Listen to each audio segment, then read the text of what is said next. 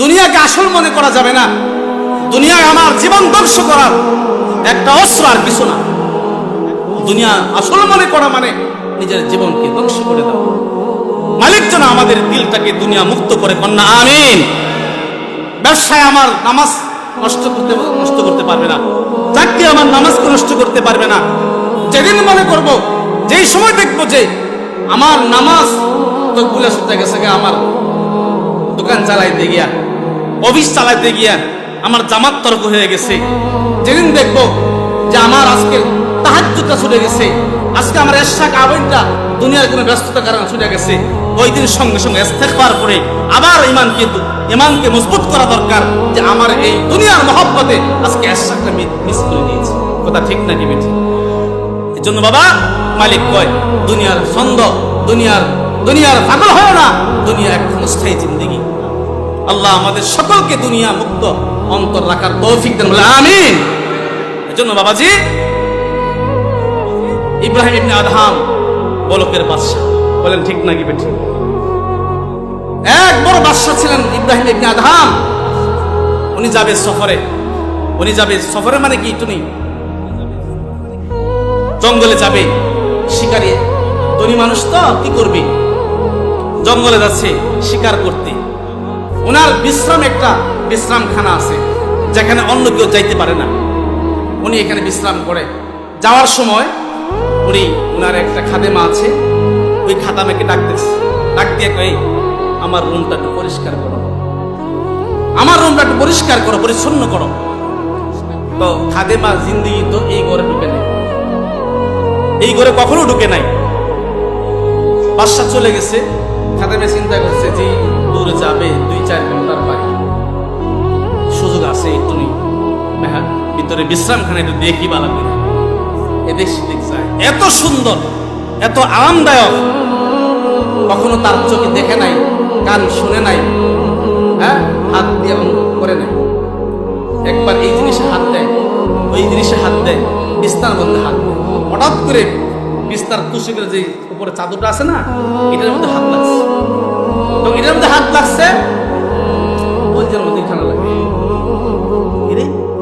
হাত লাগার পরে যদি কলজার মধ্যে ঠান্ডা লাগে, এই বিস্তার তো খুব মজার বিস্তারে। বাসায় তো আইতো না, আসতে অনেক সময় লাগবে, একটু বসি না, বসছে। বসার সঙ্গে সঙ্গে তো চোখের মধ্যে ঘুম চলে আসতেছে, চোখের মধ্যে ঘুম। আর দেরি করে নাই, বাসায় তো 2-4 ঘন্টা পরে না আসবে, এই সুযোগ কোনদিন পাবো? শুয়ে দেখি না। ধরার পরে কলজা ঠান্ডা, বসার পরে চোখে ঘুম, শুয়ে গেছে গা, মাশাআল্লাহ। এখন তো সেই ঘুমের স্বপ্নের মধ্যে আছে, এমন ঘুম দিয়েছে, ঘুমটা আর শেষ হয় না। 2-3 ঘন্টার পর যখন বাদশা আসছে, আয়েশা যখন আরামদায়ক যে বিছনাটা আছে, ওনার বিশ্রামখানা, ওটার ভিতরে গিয়ে দেখে দরজা খোলা, বান্দিটা নাক টাইনে ঘুমাইতেছে। কথাটা নাক করছে না কেন? নাক টাইনে ঘুমাইতেছে। আরাম পাইছে তো, এখন তো নাক টান আসবেই তো। এমন ঘুম, বাদশায় গিয়া মাথার রক্তটা, পায়ের রক্তটা মাথার উঠছে। পায়ের রক্ত কোথায় উঠছে? মাথা। হাতের চাবুক ছিল, কিসের আর থামাথামি, ডাক দিব কেমনে, বাড়ি শুরু করছে। মারতে 100 ব্যথা লাগা করছে। 100 ব্যথা, কয়শো বাড়ি দিছে? 100 বাড়ি দিছে। 100 বাড়ি যখন দিছে, দুনিয়া থার কথা নি কন্যা, রক্তে বিছনা, তার শরীর সব রঞ্জিত হয়ে গেছে, থরথর করে কাঁপতেছে আর ক্ষমাচাচ্ছে। বাদশা ঝাপনা, ভুল হয়ে গেছে, আর করব না। বাড়িতে 100 দিছে, তারপর কথা বলার সুযোগ দিছে, বের হও আমার ঘর থেকে। বাদশা রাগান্বিত, এখানে দাঁড়ায় থাকবি কিন্তু বাড়ি কিন্তু আর দিব। খাদেমা বান্দি দরজার সামনে যাইতেছে, আর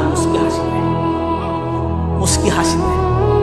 বাদশা এটা ফ্লো করছে, চিন্তা করছে, ছাত্রকে যখন শাসন করা হয়, অথবা সন্তানকে যখন গার্ডিয়ান শাসন করে, সন্তান যদি ব্যথিত না হয়, নম্র না হয়, আর হাসি দেয়, তখন আমরা কি বলি? ঠাট্টা করস, খেলা করস, গার করস, বেয়াদবি করস। কথা ঠিক নাকি বেঠিক? ব্যথিত, কাঁদতেছে, কান্দার মধ্যে আবার মুচকি হাসি, চেহারার মধ্যে হাসি। বাদশা, কিরে ঠাট্টা করাস? এদিকে হাসি দিলি কেন, হাসলি কেন? তখন বাদশার বান্দি খাদেমা বলে, তা হয়েছে হয়েছে, বাড়িতে 100 খাইছি, উচিত কথা কই নেই। তো বাদশা, চিন্তা করতেছি। আর কি চিন্তা করস তুই?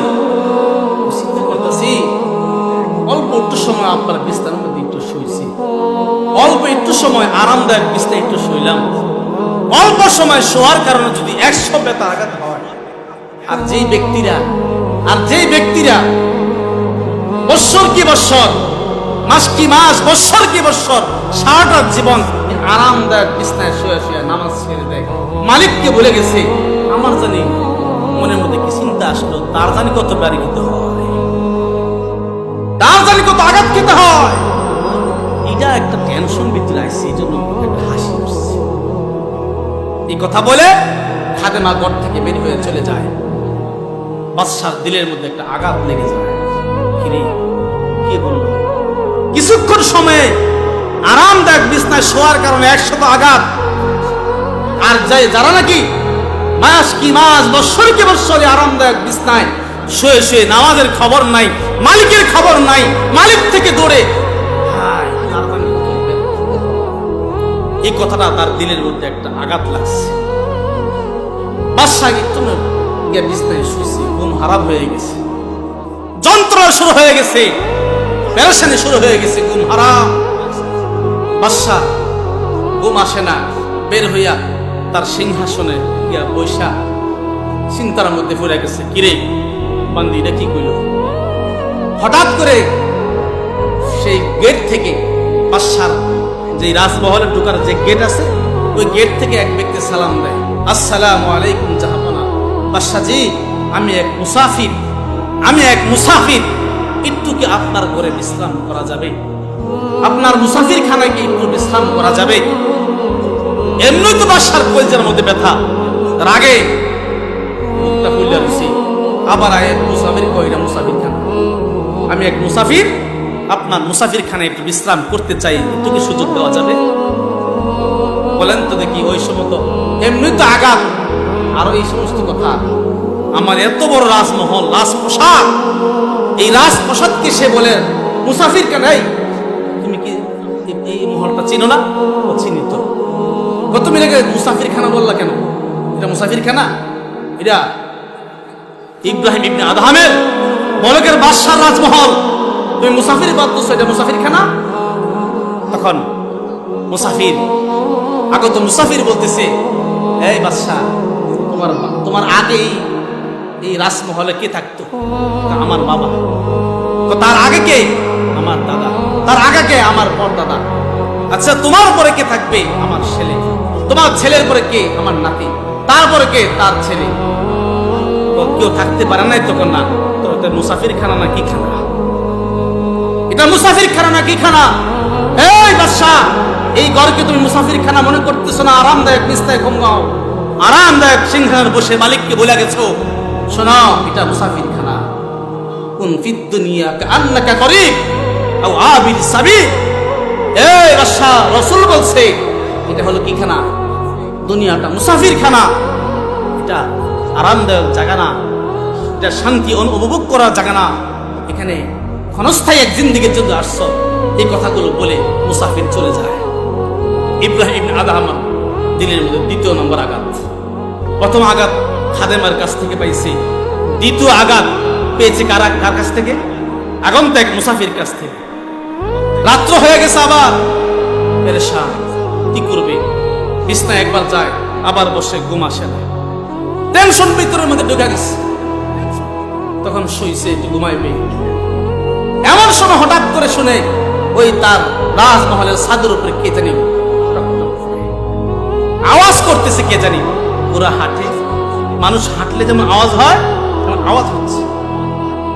কে রে? আমার ছাদে কে? বাদশার ছাদে কে রে? তখন ওই উপর থেকে আওয়াজ আসে, জাহাপনা, আমি এক রাখাল, আমার ঘোড়াটা হারায় ফেলছি, ঘোড়াটা খুঁজতে এই ছাদে আসছি। এই পাগল, বেয়াকুব, আকল জ্ঞান কিছু নাই, জঙ্গলের গুড়া কি তুই আমার ছাদে পাবি রে? জঙ্গলের গুড়া, মাঠের গুড়া, মাটিয়ে খুঁজ, আমার ছাদে কেন? বেয়াকল। সঙ্গে সঙ্গে উপর থেকে আওয়াজ আসে, জাহাপনা বাদশাহ, আমি যদি আসলে বেয়াকুল হয়ে থাকি, জঙ্গলের গুড়া কেন ছাদে খুঁজি? এই জন্য যদি আমি আকলহীন হয়ে থাকি, আমি বুদ্ধিহীন হয়ে থাকি, তুমি কি এই আরামদায়ক রাজমহলে আরামদায়ক বিছানায় ঘুমায়া তোমার মালিককে পাইবা? আমি জঙ্গলের গোড়া যেমন, তোমার ছাদের উপরে খোঁজা যেমন আহামকি, বেয়াকুবি, এটা একটা আকলহীন, অসম্ভব। তুমি মনে রাখবে, এই আরামদায়ক রাজমহলে আরামদায়ক বিছানায় শুয়ে মালিককে কখনো পাইবা না। এই কথা শুনে ইব্রাহিম ইবনে আদহামের কলিজার মধ্যে আরেকটা ধাক্কা লেগে গেছে। আর দেরি করে নাই, পুরা রাজমহলের সকলকে ডাক দিয়ে পরামর্শের সাপেক্ষে সমস্ত ক্ষমতাকে ছেড়ে দিয়ে এই রাজমহল ছেড়ে জঙ্গলে চলে গেছে। কিতাবে সাক্ষী দেয়, জঙ্গলে গিয়া মালিকের জন্য এমন ভাবে ইবাদত শুরু করেছে, মালিককে পেয়ে গেল, রাজমহল পেরেশান। হায় আমাদের সুযোগ্য বাদশা নাই, আমাদের রাজমহল, আমাদের এলাকা, আমাদের দেশ তো ধ্বংসের পথে। সকলে মিলে জঙ্গলে গেছে। জঙ্গলে গিয়ে বাদশা, মাফ করে দেন, কি বেয়াদবি জানি করছি, আমাদেরকে ছেড়ে আপনি জঙ্গলে আসছেন। আরে না, আমি এই রাজমহল পেয়ে, রাজমহলের থেকে মালিককে পাই নাই, জঙ্গলে এসে মালিককে পেয়েছি, মালিককে পাইছি। দেখবি দেখবি কি পাইছি? কিসের রাজমহল, কিসের বাদশাহী, কিসের দুনিয়া? হ্যাঁ, আমি যে বাদশাহী পেয়েছি মালিকের জন্য, এই জঙ্গলে এসে দেখ, নিজের হাতে একটা পয়সা ছিল, পুরাতন পয়সা, নদীতে ছেড়ে দিয়েছি। ডাক দিয়ে, কে আছো? মাছ আমার হাতে, আমার পয়সাটা উঠায় দাও। হাজারো লক্ষ মাছ, মুখের মধ্যে সেই দামি দামি স্বর্ণ, রূপা, হীরার পয়সা নিয়ে অবস্থিত। রাজমহলের সকলে দেখতেছি। ইব্রাহিম ইবনে আদহাম কয়, না না, আমি এটা চাই না, আমি চাই ওই যে আমার পয়সাটা, আর একটা মাছ ওই পয়সাটা হাতে তুলে দিচ্ছে। রাজমহলের সকলকে বলতেছে, দেখো দুনিয়ার এই শান্তি, দুনিয়ার এই সব সুখ শান্তি ছেড়ে দিয়ে জঙ্গলে আইসা মালিককে কামাই করছি, কি পাইছি, কি রাজার জিন্দেগি আমি গ্রহণ করতেছি। এজন্য আমার বাবাজি হুজুর এখন চলে আসবে।